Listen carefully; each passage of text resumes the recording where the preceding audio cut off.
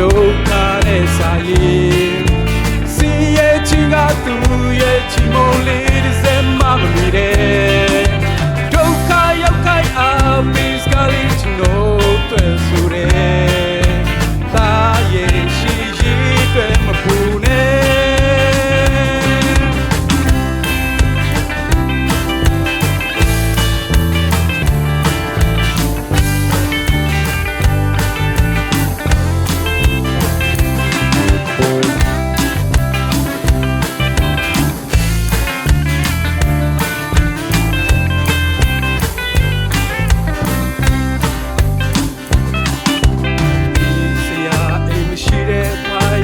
ဒုက္ခဆင်းရဲမျိုး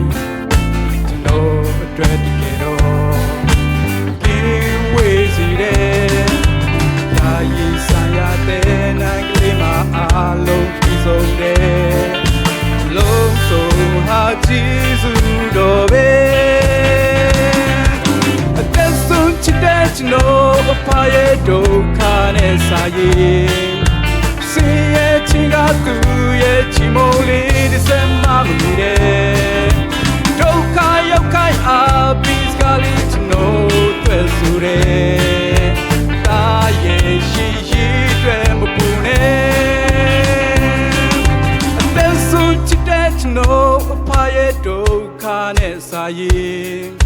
စင်ရဲ့ချင်းကသူရဲ့ချီမုံလေးတစ်စက်မှမမီတဲ့ဒုက္ခရောက်ခိုင်းအားပေးစကားလေးကျွန်တော်တွေ့ဆိုတဲ့ဒါရဲ့ရှိရှိတွေ့မပူနဲ့